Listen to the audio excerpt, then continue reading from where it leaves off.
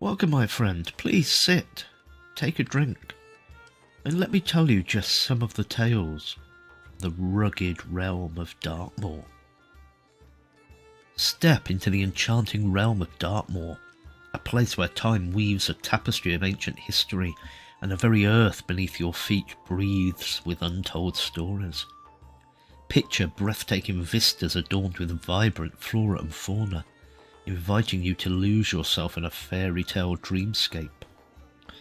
But dear friend, there's more to Dartmoor than meets the eye, for within its misty folds lies a hidden world of wonder and intrigue, a place where mysteries and mythology intertwine like ivy on ancient stones.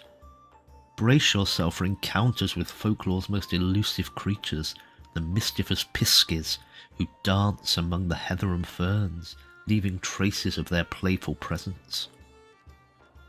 As the sun dips below the horizon, casting a golden glow on the high tors, listen closely, for each craggy peak is brimming with character and secrets of its own. Echoes of ages past resonate through the valleys, and the rivers carry tales whispered by the winds. But beware, for in the heart of the moor lurks shadows and whispers of ghosts long gone, leaving a shiver in the spine of even the bravest souls. Dartmoor's history is coloured with witches' tales, their sorcery dancing in the twilight mist. And what better time than now to hear stories of love found and lost, as old as the land itself. Haunting echoes of romance and heartache reverberate through the hills, and the enigmatic mysteries of these ancient love affairs still cast a spell upon the present day. So, settle into a cosy nook, cradle a cup of your favourite beverage, and prepare to be transported to a world where imagination and reality entwine. Today we embark on a journey through time and folklore, where the past whispers secrets, and the moor invites us to unravel its tapestry of wonder. Let me take you on a mesmerising adventure as I share the first of these extraordinary tales, straight from the heart of Dartmoor. Once upon a time, there lived a courageous and honest moorland woman. As the sun dipped below the horizon, casting a warm glow over the landscape, she set out on a journey back home. Her path led her to a quaint little bridge known as Ockery, gracefully spanning the tranquil waters of Blackabrook, nestled between the picturesque towns of Princeton and Two Bridges. As she strolled closer to the bridge, the fading light revealed something peculiar catching her attention. A tiny figure, merely 18 inches tall, suddenly sprang into the road before her. This minuscule being seemed utterly unaware of the Dartmoor woman's presence, frolicking and dancing towards a glistening stream. Now, our brave protagonist faced a perplexing dilemma. Should she press on towards home, or should she retreat in the opposite direction, fearing the legendary pixie magic that might lead her astray across the moor, disorientating her senses and leaving her lost in its mystical web? The mere thought of being pixie-led sent shivers down her spine. But she knew her family eagerly awaited her return, their hearts filled with concern, so she chose to summon her courage and continue her journey. Yet wise in the ways of dealing with pixie enchantments, she turned her pockets inside out to shield herself from their mischief. Undeterred, the mischievous pixie was now right on the bridge, leaping playfully from side to side, seemingly determined to block her passage. However, our heroine refused to be daunted, mustering even more bravery as she approached the sprightly creature head-on. In an audacious move, she reached down swiftly and snatched the pixie, tucking it away securely into her basket, promptly shutting and locking the lid. But the pixie was not ready to concede defeat, and began chattering away in a strange and rapid gibberish, attempting to scare her once again. Unfazed, the woman remained resolute in her determination to return home. As the night grew quieter, she could not help but take a peek at her captive fairy creature. With trembling hands, she cautiously unfastened the lid and opened it just a crack. To her astonishment, the basket was empty. Perplexed but undeterred, the woman pondered the possibility that the clever pixie had shape-shifted into a size so minuscule that it had slipped through the woven wickerwork of the basket. Despite losing her prize, the brave woman was forever remembered as the one who had captured a Dartmoor pixie. Her story would be passed down through generations, inspiring others to embrace courage, quick thinking, and the wonders of the magical world that lingered within the breathtaking landscapes of Dartmoor. For who knew what other enchanting adventures awaited those with the heart to venture into the unknown realms of the fantastical? Next, let me tell you the tale of the Toad Woman of North Bovey. Now, in the quaint village of North Bovey, nestled to the southeast of Dartmoor, there lies a picturesque scene straight out of an idyllic English tale. A charming village green, an ancient stone cross, a quaint church and a typical village pub all contribute to the quintessential charm of this place. Yet beneath the surface of this picturesque facade, a fascinating and mysterious history unfolds, one that revolves around the enigmatic figure of the Toad Woman. Legend has it that North Bovey was once a home to the renowned witch Widow Anne, also known as the Toad Woman. Her small dilapidated cottage perched on the outskirts of the village, serving as a haven for those who sought her uncanny abilities. Cunning folk, wise folk and witches like Widow Anne were known for their powers of healing and spell-making, and she was no exception. Villagers sought her aid as a last resort when all else failed. Though they were terrified of her, they couldn't deny her talent for curing ailments using gathered herbal remedies and mystical spells. Yet, as is often the case with such stories, rumours spread of her ability to exact revenge on those who dared to cross her. The mere mention of Widow Anne's name would send shivers down the spine of anyone who heard it. It was said that Anne used toads as her familiars, and she kept 15 of them in a large earthenware pot known as a steen, hidden beneath her dresser. Some of these toads had intriguing names like Croppy, Rumbo, and the formidable Krant. These mysterious creatures supposedly aided her in her magic, though the details remained a closely guarded secret between the witch and her familiars alone. The village folks were both fascinated and terrified by the steen and its strange inhabitants.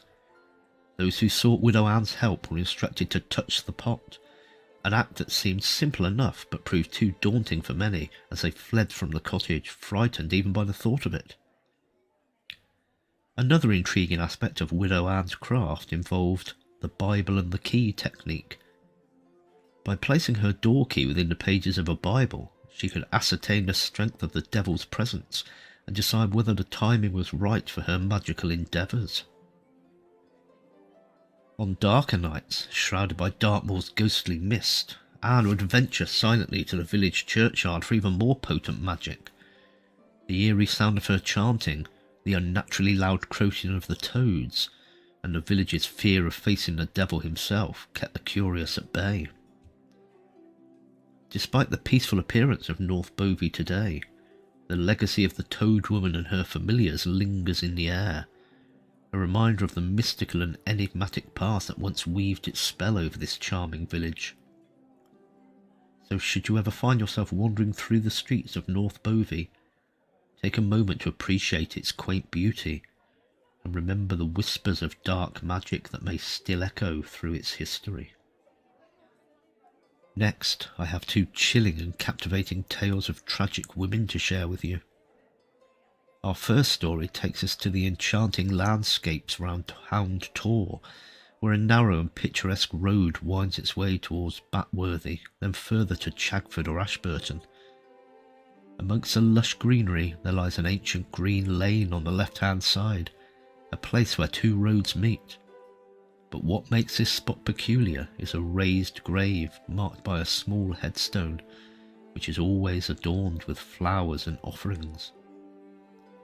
This is the resting place of Kitty J, a name now etched into the folklore of Dartmoor.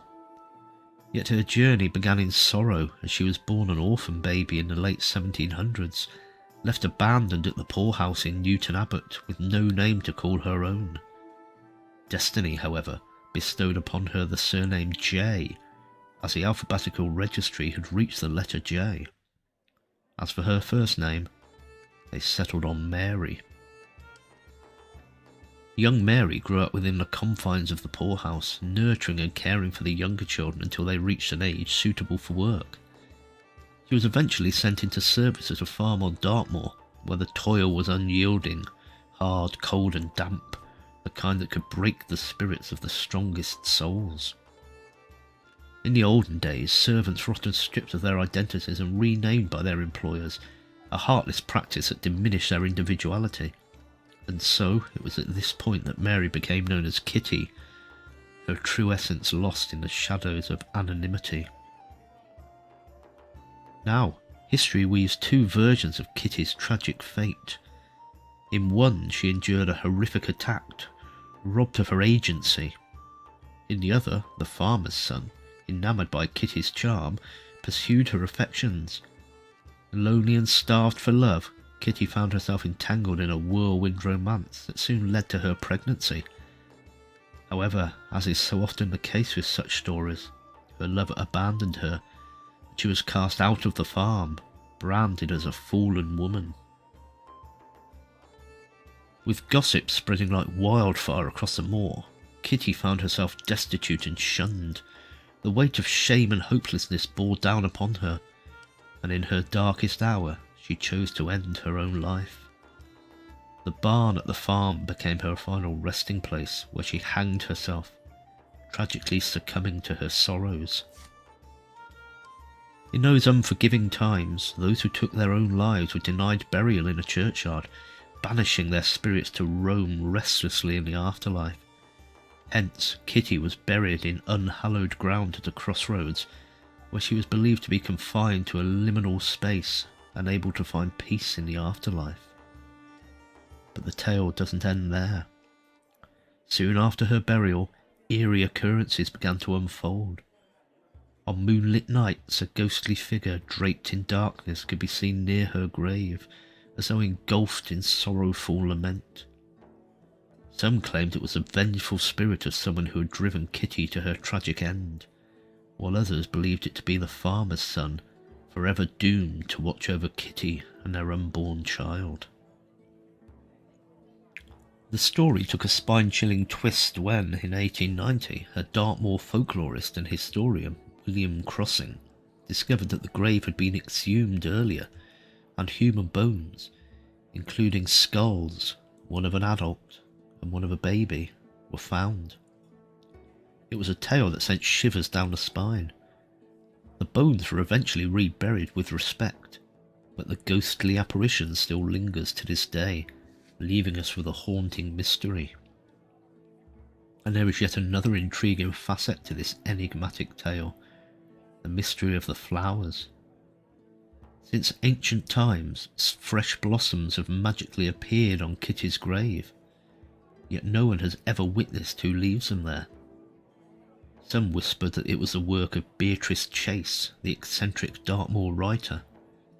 But even after her death, the flowers continued to appear, leading many to believe that the Pixies themselves have pledged to tend to the resting place of the poor girl. Now, whether it be the work of human hands, the mischievous Pixies, or the restless spirit of Kitty J herself, this solemn and haunting grave continues to be a place of remembrance and compassion. Visitors moved by her tragic tale leave behind flowers and tokens of affection, keeping the memory of Mary alive with kind hearts and gentler eyes. So, dear listeners, the legend of Kitty J and Jay's grave persists, captivating the hearts of those who venture into the realms of Dartmoor. And on quiet nights beneath the silvery moon, the spirit of a once forsaken woman may still wander, seeking solace and peace within the timeless moors. The mystery lingers, waiting to be unravelled by those brave enough to explore its secrets. Not too far from Jay's grave lies the enchanting moorland town of Chagford. It exudes an ancient charm and boasts a rich artistic heritage, taking great pride in being one of the historic stannery towns of Dartmoor. Here, in ages past, tin was brought for approval and sale, leaving an indelible mark on the town's character. As you stroll through its streets, you'll be captivated by the solidity of the granite buildings and the quaint charm of tiny cottages nestled harmoniously with the earth. At the heart of Chagford lies the bustling marketplace, presided over by the central building affectionately called the Pepper Pot, and nearby a serene churchyard envelops the 15th century church of St. Michael the Archangel. Old gravestones interspersed with charming cottages and a kaleidoscope of wild flowers paint a picture of peace and tranquility. Within the church, an intriguing inscription adorns the floor, revealing the story of a woman named Mary, daughter of Oliver Whiddon, Esquire, who departed this world on the 11th day of October in the year 1641. The words speak of a maiden with a modest look and a pious heart, destined for a bright future. Yet, beneath the solemn beauty of the inscription, lies a tale that remains as true today as it was back then. Mary Whiddon, a radiant young lady of a prosperous family, embodied beauty that drew many admirers. Among her suitors was a man who ardently pursued her hand in marriage. However, fate had already intertwined her heart with another, and they were destined to marry on that fateful 11th of October.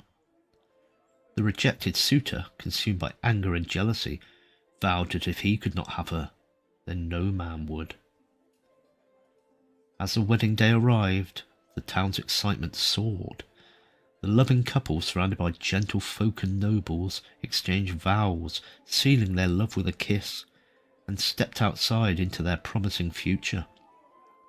But in that instant, a single shot pierced the air, shattering the dreams and hopes of all present. Mary fell into her husband's arms, her bridal gown stained by blood, her heart silenced forever. That single shot changed the course of history, leaving a deep fracture in the fabric of the families entwined in the Civil War. Yet, even after her tragic passing, the spirit of Mary still roams the beloved town of Chagford, where she once found joy and love. Visitors have reported encountering her ethereal presence at Whiddon Park House, her former home, and the Three Crowns Hotel. Some believe that a hidden tunnel once linked these places, possibly a path trodden by Mary in days of yore. Interestingly, the tale of Mary Whiddon might have inspired the renowned author R.D. Blackmore's masterpiece, Lorna Doone.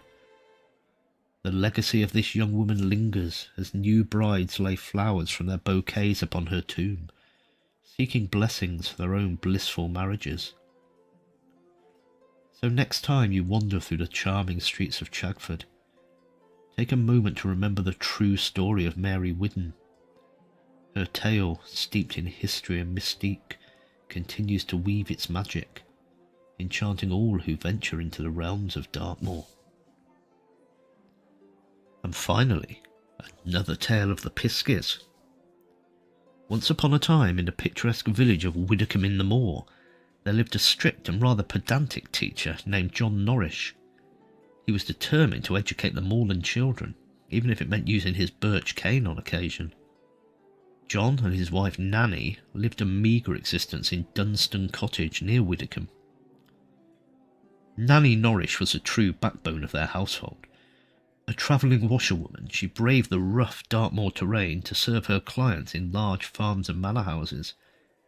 Nanny's strength and perseverance was truly remarkable. With a smile on her face, she toiled away, scrubbing and washing clothes up to her elbows, making sure they were spotless before they were spread out to bleach and dry on the gorse and furze bushes. Despite her friends and neighbours' warnings about the pixies, Nanny brushed off the notion, claiming she had never seen one and had no time for such fanciful ideas. She continued her work diligently, dismissing the notion of the mischievous creatures leading her astray on the moor. But little did she know that her dismissive remarks had not gone unnoticed. Unknown to her, a group of pixies overheard her disbelief and decided it was time to prove their existence. As Nanny made her way home one evening, the mysterious chatter of many voices filled the air, growing louder with each step she took. To her astonishment, a sight awaited her that she could never have imagined. A living pyramid of tiny beings, the pixies, stood before her, chattering and chittering away.